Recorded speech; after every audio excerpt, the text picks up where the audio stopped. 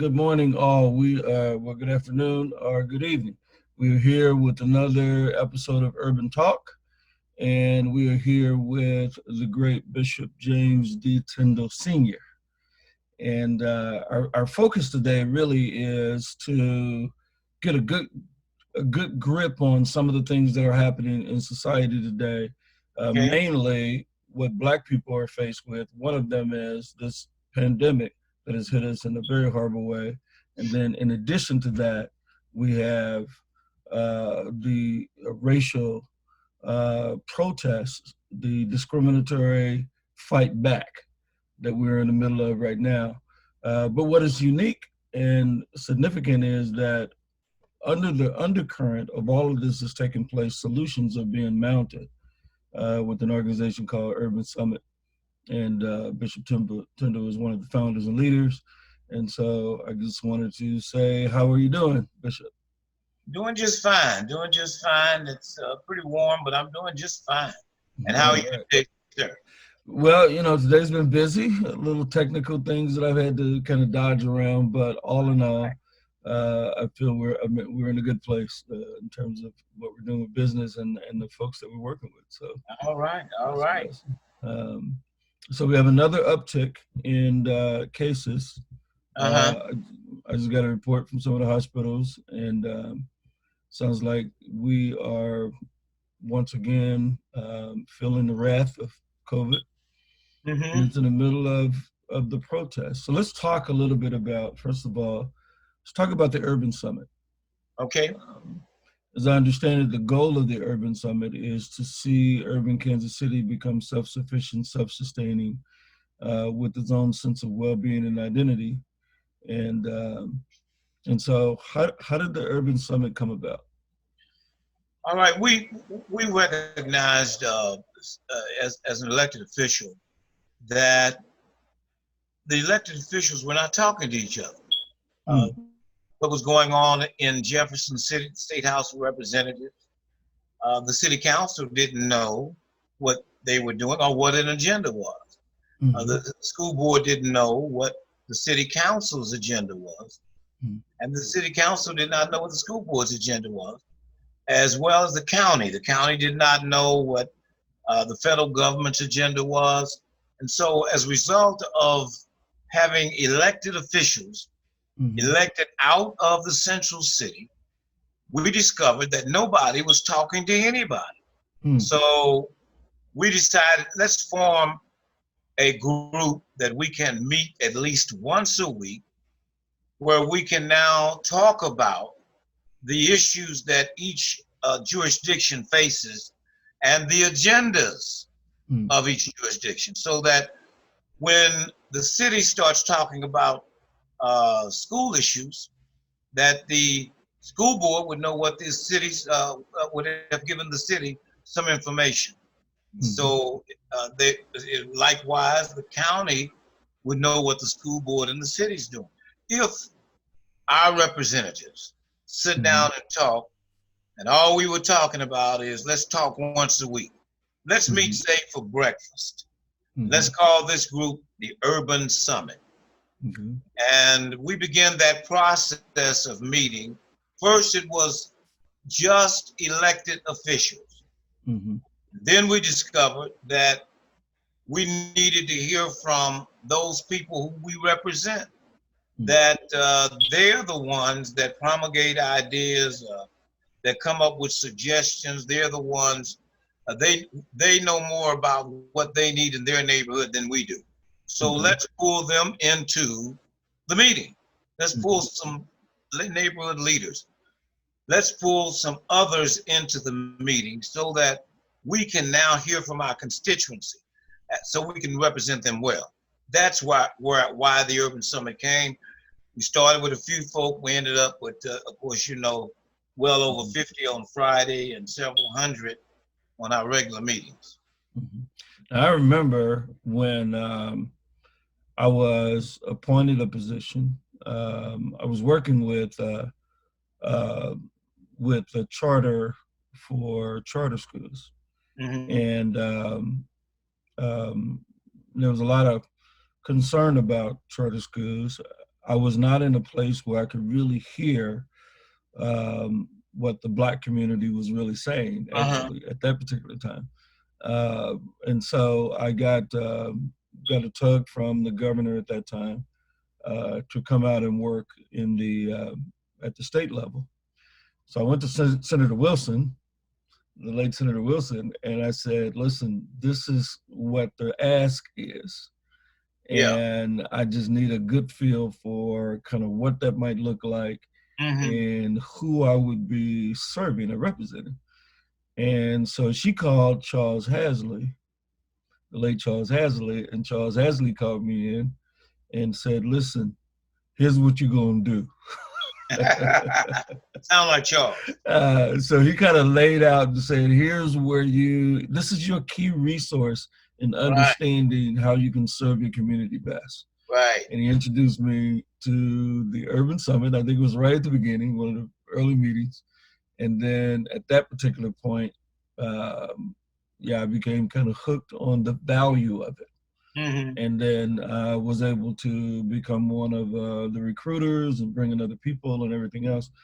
Um, it seems like the lifeline of insight to how and where we are for the whole community, but especially to the Black community and how we are affected by some of the things that creep upon us. Yes. Um, the first odd thing is that something like this wasn't already existed. It seemed like the government or local government would have some idea that the people who are leading should be able to have some convening spot. Right, right. And then the other thing is that we are disenfranchised as Black people on a lot of different things. We're the last to know and the last to be heard. And Urban Summits offers a voice to be able to make that happen. Um, Now, this year, a lot of things have taken place. You got all the protests and everything else is going on. But meanwhile, the Urban Summit and its annual gathering usually provide clear direction and information that we all need to know as a community. So tell us a little bit about the upcoming Urban Summit. Well, of course, you know the COVID-19 has Mm-hmm. kind of stopped, or at least has slowed down Right. the Urban Summit and our planning Mm-hmm. for our annual meeting. And of course, we have not been meeting over the last, say, 12 weeks uh, Mm-hmm. on Friday. So we do intend to meet sometime in September if the Mm-hmm. Lord says so. And we're going to be dealing with the issues of the day. We're going to be talking about, and we're going to be seeing if we can to solve some problems. Mm-hmm. Of course, we're going to be talking about health issues. We're going to be Right. talking Right. about educational issues. We're going to talk about self-sustaining Mm-hmm. issues, as you brought forth in a very articulate way. Mm-hmm. So uh, there's a long agenda, and Mm-hmm. hopefully those who listen to the sound of our voice will be a part of the Urban Summit this year. We are planning, uh, and of course, like everything, plans change and things Mm-hmm. change sometimes because of situations, because of environments. Mm-hmm. And of course, right now we are in an environment that almost dictates change of any sort when it Mm-hmm. comes to talking about defunding the police department, talking Mm-hmm. about better access what to decisions made by the police force, making accountable Mm-hmm. the city council as well as the police force. So things do change, and of course the agenda may very well change. So what Mm-hmm. we say today may not be what happens on in September or October. Okay. Now, I thought it was interesting that when COVID first came and we were planning on a May summit, and Yes. then COVID came and we were a little discouraged at the fact that, social distancing required that we back away. But at the same time, it did give us more information that's relevant to the moment that we think urban people, Black folks, and anybody serving Right. our community Right. really needs to hear. And so then the uprise came. where we were already dealing with issues of justice. We work with the justice system and try to make sure that there's a fair opportunity, fair policies for all people, Yeah. specifically Black people. But Uh, now we have a demand out there from a lot of the young folks that are saying, and and I think we all got to use our own individual platforms. And but I've been listening a lot, and the young folks are saying what they really want to know. If I could sum it up, is what policies need to be addressed so that accountability is strong enough so that their experience with police are different. I want to be able to, when my grandson comes up to me and say, Grandpa, show me how to drive because I want to get my license. I don't want to be scared. I want to be able to yeah. show him with confidence. Right now, I would be afraid to teach him. Well, I have two boys and several grandsons, and I'm always telling them how to act as it relates to, because all of them are driving. Most they've been to college, and they come in contact with the criminal justice system at one time or another, as Mm-hmm. most people of color do. And Mm-hmm. I have spent a lot of my time telling them how to act, how to carry themselves, what to do in case you were stopped by the police. Um, and it so far has been profitable because they have been stopped and they have carried on as I have told them. It's unfortunate that these these acts have to be carried out by people of color. It is not the same as it is as with the white people. With white people, we have to be because when you are stopped by the police, it could be a life or death situation, Right. and that's for real. Um, I have been stopped by the police, and first thing I do is keep my hands on the wheel, put my Mm-hmm. hands on the dashboard, because I realize that anything could happen. One of the things I try not to, be, particularly because sometimes I've been stopped for nothing, and then other times I've been, stopped because I know why I've been stopped or been. Mm-hmm.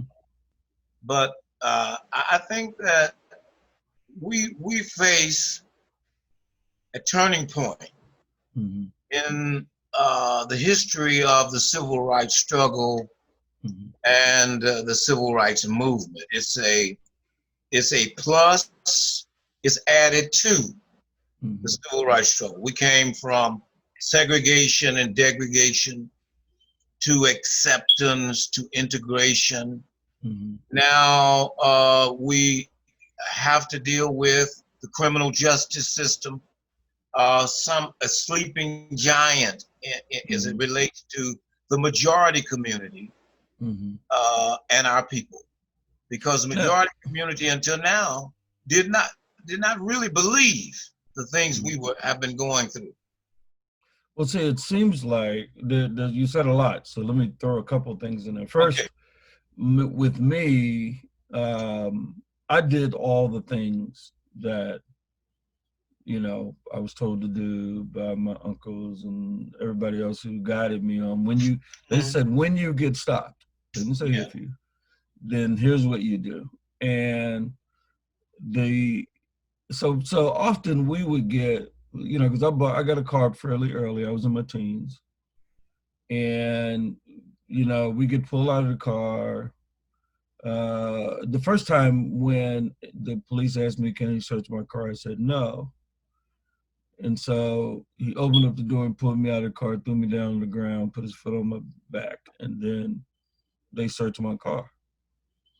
And so the next time I said yes, and so he told me to step out of the car. Then he threw me on the ground and put me in handcuffs. But here's what I noticed is that, so I try to cooperate. and sometimes, you function out of fear. Like, I don't know what this guy can do Right. to me. And but the knee on the neck was a common practice. And what it did was they would put the knee in 3 places in your back. I mean, this is during my stout as, when I was younger. They would put it on your neck, and what the neck did is cut off your circulation to your brain. Yeah. They put them in the middle of your back, and it would cut off your lung. You couldn't breathe. Or either it cut off the lower back, which would eventually make your legs feel like your legs are asleep. So when they try to stand you up, you can't stand up. But whenever they put me on the neck, it seems like it was a tactic to knock me out, so to speak. So what would happen is I would go unconscious, and I would wake up in jail. Right. And my car was down at the impound, and whatever they wrote happened because I had no say so in whatever took place. And they didn't need a reason, and no charges were ever. I mean, I might have had charges, but all the charges were eventually dropped. I mean, nothing went to the prosecutor, and I ever went on. Right. But Right.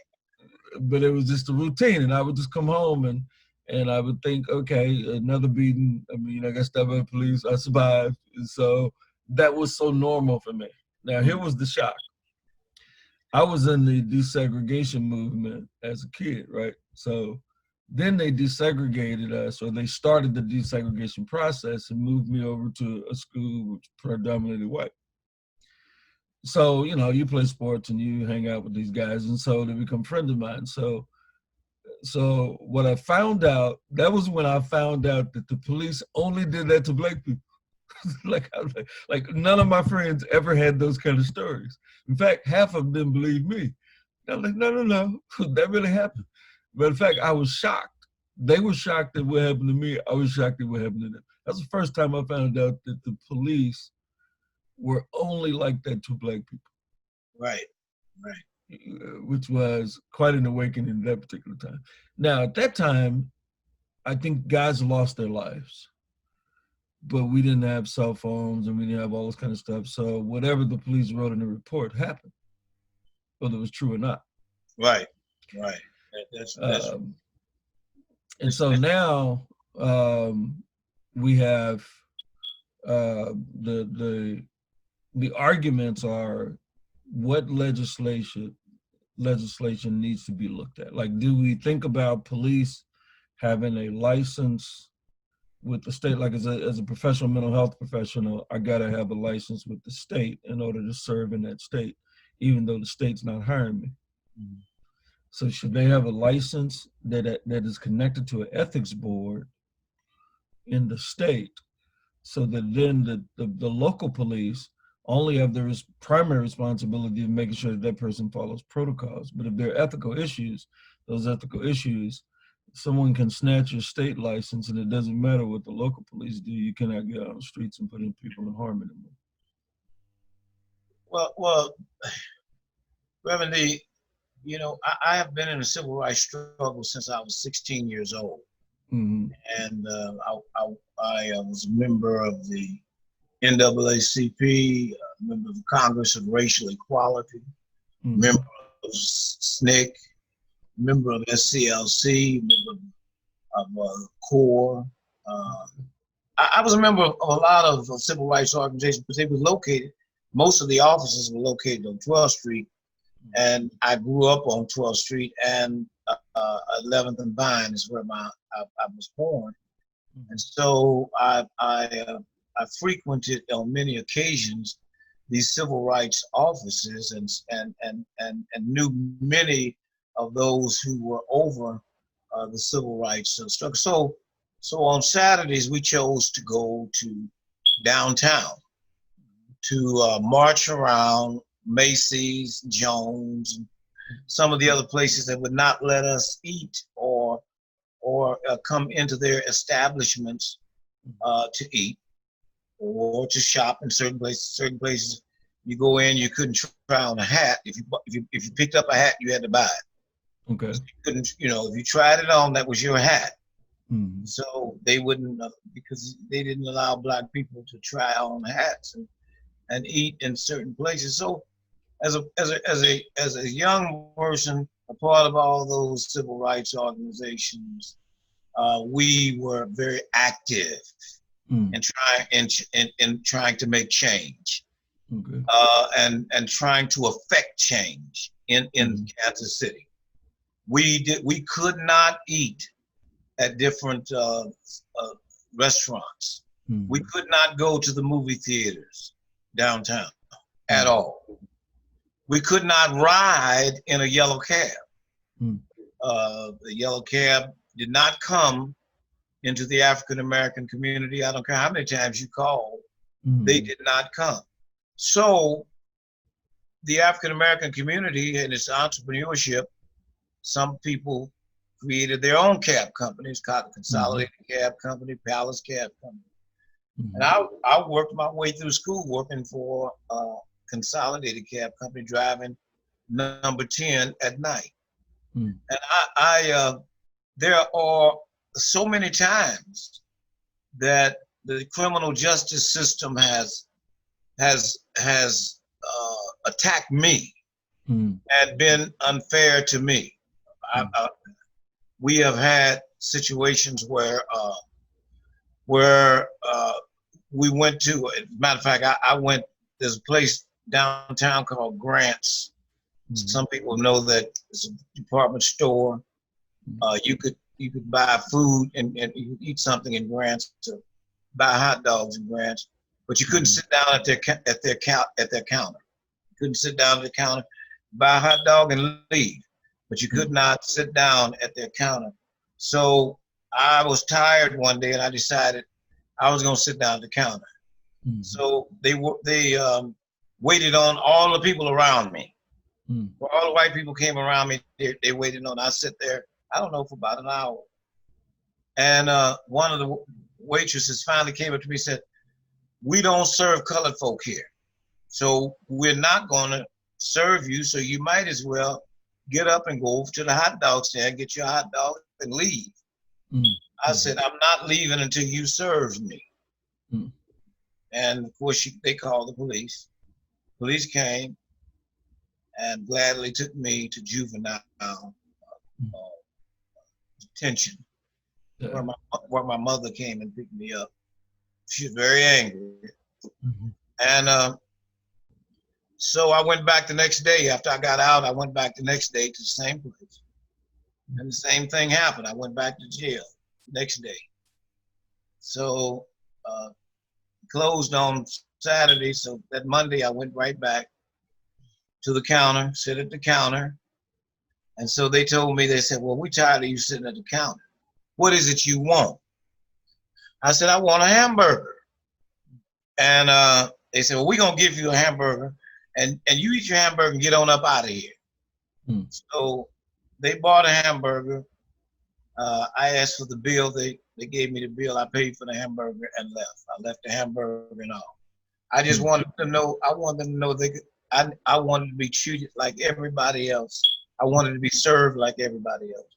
So the cry for freedom today, the cry for justice today, is the same cry that we had 30 years ago. The same cry. Different cry, when you talk about the way the police treat you. I've been beat up by the police simply because I would not leave different areas. So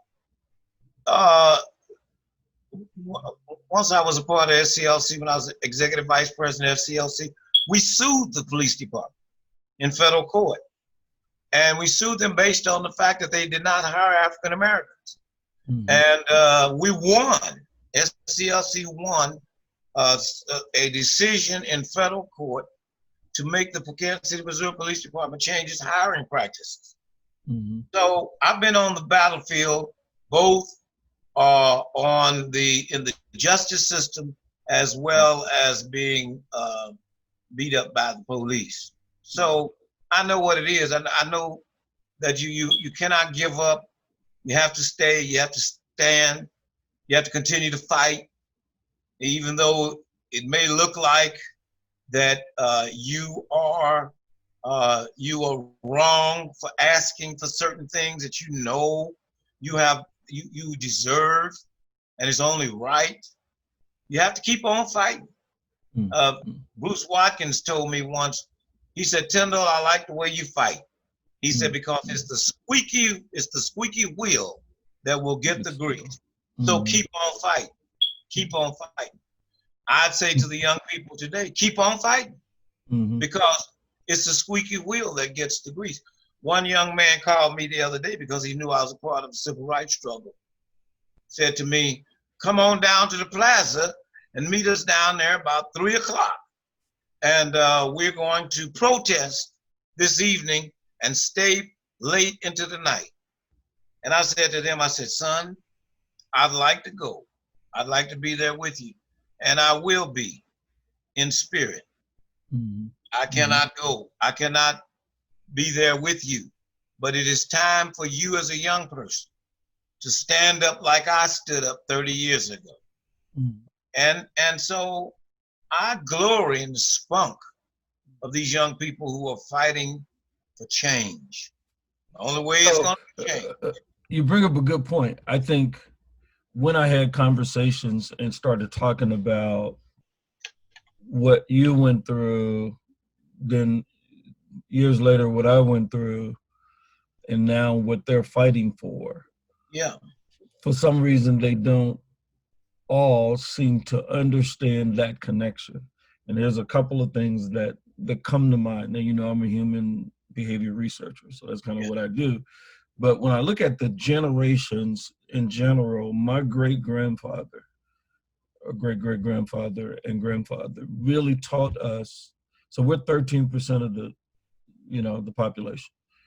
They taught us how to reclaim our 13%, how to not let other people redefine us and Right. tell us who we are. And that was kind of the struggle of my grandfather and my great grandfather. My father and grandfather's struggle was how to survive in the 13%, because you got to be able to survive in the 13%. Now, my grandfather, excuse me, my father and my upbringing really taught us really how to be able to recognize how to effectively live in the 13% and then survive with the resources available in the 87%. Mm-hmm. So I need you guys to be able to export value and import goods. And I want you to preserve the hood, don't let it die. But I also want you to be able to go out and work in those spaces and then come back and bring dollars that enhance your yards and your houses and all that kind of stuff.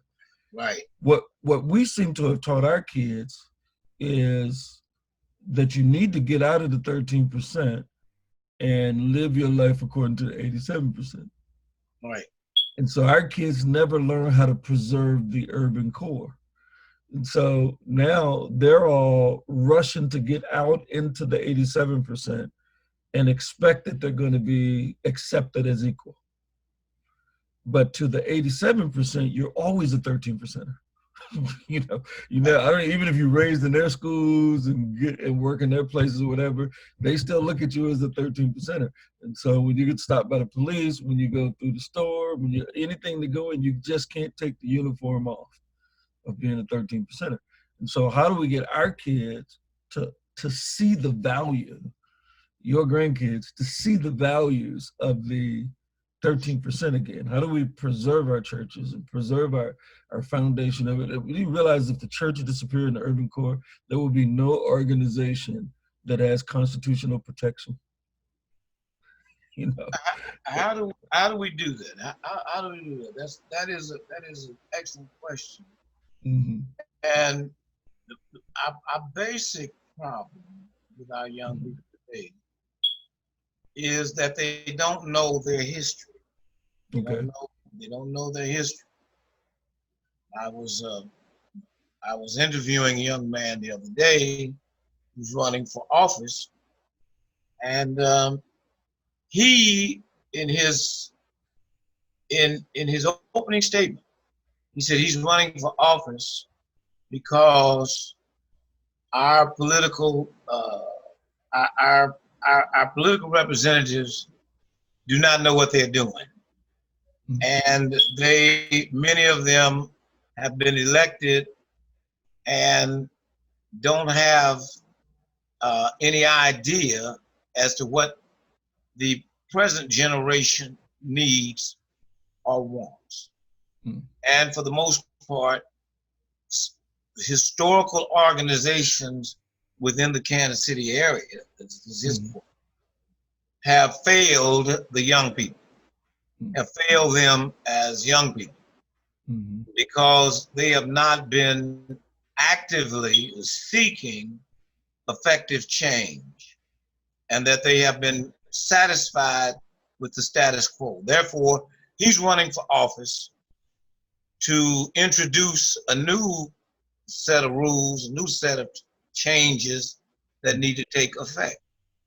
Well, I want to know, well, what are those changes? What is it that you want Mm. that the present generation is not doing? And he said, well, for one thing, you all seek uh, ideas. You all seek things to do things that are archaic. I said, for instance, wanting to change Paseo to Martin Luther King Jr. Boulevard. Mm. Nobody cares about who Martin Luther King Jr. was. He says we need to keep Paseo like it was. And this young man, I said, Mm. sir, where did you go to school at? He said, well, he went to school somewhere in Eastern Jackson County, and he's a graduate of UMKC. Mm. But his thought is that we as civil rights organizations and as civil rights workers, we too old. Mm. Our agendas for our community is in the wrong place. Mm. And his example was Martin Luther King Boulevard. Mm. Should never have been. They never should change Martin Luther King Boulevard to from Paseo to Martin Luther King. I asked him, I said, well, do you know anything about Martin Luther King Jr.? And he said, well, only what I read, but he's done his work. Now Mm. we as young people, we got to do our work. There you are. Mm. That's what I had to face, and that's what we're facing. Was what And we I think that, in but the advent of social media. This mhm. is what we're facing. And part of the problem is that we do have the advent of social media. Here's the thing that I'm surprised at. I was really shocked about how many white people really didn't know about things like Black Wall Street and all those different kind of things that were going on. They Right. didn't know a lot of the civil rights stuff. Now, that shocked me, but it didn't blow my mind because they didn't teach it in school. You know, they teach you a few heroic people and some good things they did and some inventors, but they don't really tell you about the civil rights struggle. Mm-mm. And then, but what surprised me more and disappointed me is how many young people, Black people, don't know anything about those transitions that happen through steps. And so my question to a lot of young folks are, what are you building on? I mean, you can't start all over again. You got to be building on something. And here's the thing that I usually say to them and to white people is that I don't even say that the system is racist. What I say is that the system is historical and our history is racist. So Yes. when you so when you address the issue, you can't go straight to the system. You got to go to the history and see what laws we're trying to enforce in the past because the laws are doing exactly what they were designed to do. So you got to ask yourself the question, what were they designed to do? Well, if you look at the history of policing, you have on one side, you had slave patrols. And on the other side, you had constables and watchmen. Well, all of them were designed to keep slavery intact Yeah. and to Right. govern segregation. And the Right. police systems grew under that umbrella. So it's impossible logistically for me to think 50 years, you think back in the 60s, 64, around in there, where we made some ideological changes. We decided that people were more equal than we thought they were at first. And then we just went in and said, so go back to work in the same system and try to get a different outcome. And I think that itself, and so if young people really want to be engaged in change, you know, then you got to know a couple of things. Like you got to know that, first of all, Martin Luther King's protesting accomplished two goals. First of all, he wanted to awaken the consciousness of America by letting them see the brutality that was taking place. The second thing he wanted to do was demonstrate our economic pull and our unity. Well, if you look at us today, the thing that we're not doing is really demonstrating our, we are we are trying to appeal to a conscience of America, but the conscience of America already know. Like white people already know. That's why they call the police on this so much. They already know. And so they want to deny it because they think that because we've been abused, this says something about them. And so they're so into themselves, and I'm not saying all of them, but many of them, so into themselves that they cannot see our pain, that our pain is different. One guy says, well, it's like an abused kid coming up saying, I was abused most of my life. My stepdad did this to me. He used to beat me. He chained me up in the basement. He did all this stuff. And then he said, well, one time I got a bad whooping too. It's like, dude, no. We're talking about a pattern of behavior that is abusive to every part of who I am versus a bad experience. Yeah. So, but I do think that we have to build on. The other thing is our economic power. I think what young folks do is look at economics individually rather than collectively. White people typically look at it collectively. And so if you go in and you get a young person, they're thinking how much money I can make. Right. But you got to remember that the value of your wealth is dependent on whether you are from the 87% or the 13%. So my 13% goes a whole lot farther because I got privilege in the 13% community.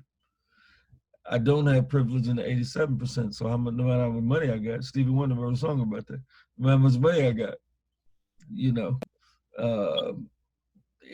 I'm still devalued, right, in my humanity in the same way. And rich people will talk about that too. So I think if we could somehow or another see the stepping stones that got us from one place to the other, then they can continue the struggle rather than start a new one. It was interesting that when I looked at my mom worked really hard, and a good portion of our lives, I had a stepdad that wasn't good at all. My mom was single for a little while. Then I had another stepdad to come in, and who passed away. Both of those two guys passed away, and then my dad actually came back and remarried my mom after 50-something years separation. And so now I got both of my parents, and I can love them both together. But I think I never understood, and I had a lot of complaints as a teenager, but I never understood the real struggle of raising a bunch of boys on the thin resources that my mom had as a single woman who did not have all rights that men had to be able to struggle through that period of time. But when I did go back and look and understand her struggle, it helped me tremendously understand how to build on that. And expand the vision that she had. But at first, when I didn't know, I blamed her for not doing enough. And because I could do more. I just didn't understand the restraints that she lived under. And I think a lot of folks, like a lot of people, a lot of young folks, young men, probably don't understand how much we were beat, drugged, and everything else by the police. They don't understand how much we were thrown in jail to spend the night for no reason, and our car impound, and we had to wait weeks to kind of earn some money to get it out. They did not understand what it was like going to a school, even for me to go to a school where they tried to desegregate, and there were signs of parents around the building calling us names and all this kind of stuff. They don't understand that any of that happened. And so what they're doing is measuring us by the freedom we gained for them, Mm-hmm. and never really understanding that the freedom that they experience is because of what the person you claim to be dissatisfied is fought for, so you can experience. So that connection somehow needs to be put there. And, you know, it can only it can only be felt and understood, but by experience, Mm-hmm. by being up, being down. Uh, Unfortunately, I don't want anybody to ever be down, Mm-hmm. but sometimes being down can be a blessing Yeah. because then you know what it is to be up. Mm-hmm. Never been down, you don't know what it is really to be up. When you're But down, I agree with you. I also would say this: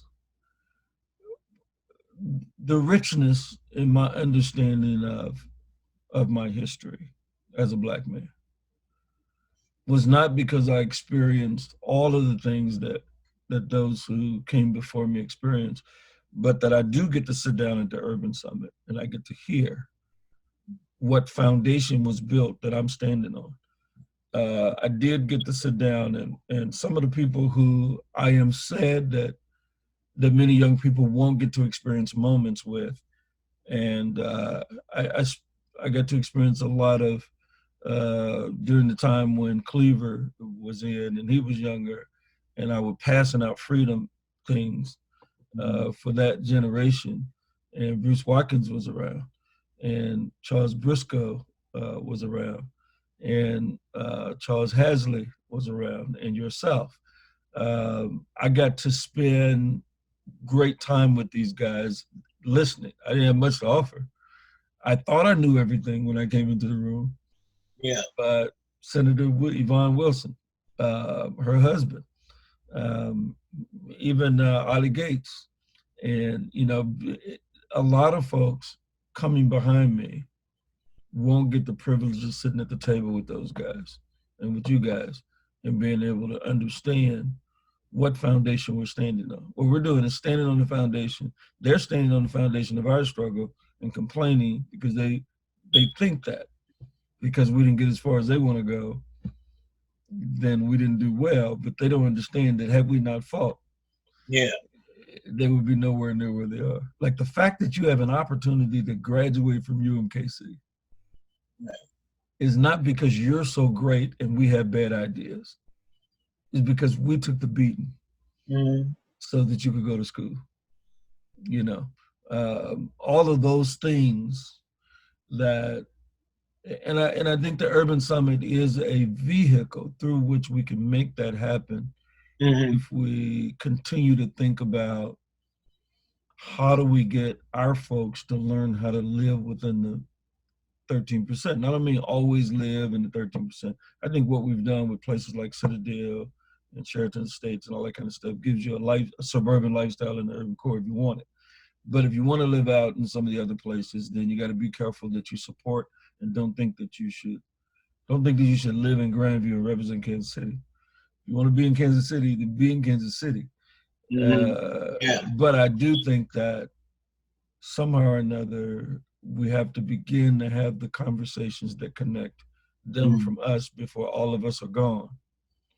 And then they only hear the story through white people who are telling them what they didn't, what black people went through. Yeah, Because we know what happens when that happens because we went to school, the history books. Uh, so yeah, I think we got to be able to do that. So the Urban Summit. So what I'm gonna do is I'm gonna have a commercial to run uh, so that people can see the advertisement of the upcoming summit as we're planning it now in September. okay. Uh, but I want to, if you are under 40 and you have not attended or had conversations or been able to begin to make connections with some of the people who are in the Urban Summit. Um, it is our delight to pass on the torch to you. Once which brought back to my memory, Mm-hmm. in the founding of the Urban Summit, Mm-hmm. we did in those meetings, we all decided in those meetings we need to look back and see some young people coming after us. Mm-hmm. And so we formed a group called the Young Professionals out Mm-hmm. of the Urban Summit. Mm-hmm. And the reason we wanted that group is because we wanted to see more young people sitting on boards and commissions. We Mm-hmm. wanted to try to make more young people accessible to the criminal justice system, prosecutors, and judges. We were able to do all of that. Our first 2 years, we got an astronomical amount of young people on commissions and boards. Mm-hmm. We were able to affect getting some young people as judges. I mean, very young people, 30 years old, 32 years old, 33 years old, as judges, circuit court judges, municipal judges. So, and that was because we pushed the promotion Mm-hmm. of getting young people into these offices, so that, and then we promoted young people in elective office. Several young people that we helped to get elected to Mm-hmm. office. So our agenda has been always the Urban Summit Mm-hmm. to affect change and promote young people, so that the process will continue. That we won't. Matter of fact, that it won't die because an individual dies. Mm-hmm. That the work will continue to go on. I am a product and student of Leon Jordan and Bruce Watkins, Mm-hmm. of Phil Curls Mm-hmm. and Doc Holliday. These people mentored me and helped me along the way. I am a product of Dr. Martin Luther King Jr., of Joe Lowry. Mm-hmm. I worked with Joe Lowry and the National Board of Directors. I was there. I was there with Rosa Parks. We were right in the same building together, planning for a national movement. I knew some people. I mean, I know Claudette Colvin. I touch bases with these people, and so I wanted to share what I had learned and the people I had met with others. So when we look back, we can see young people to take our place. Now, some things have changed dramatically here in the last couple of years or so, and hopefully, those young people who are in positions and who are gaining positions will listen to those who have already paved the way and have already uh, uh, have The been, foundation. yeah, Yeah. part of a movement. Mm-hmm. You're part of a movement now. We want you to understand how you got to where you are. Mm-hmm. And that's one of the biggest problems. Yeah, foundation. And I think if you don't honor that, you can end up being in a bad place. Here's the thing, whenever you get ready to remodel something, one of the first things you need to do is find out what the structural walls are. Yeah. Because if not, you can tear down the whole building because you didn't pay attention to what was put there before you got there.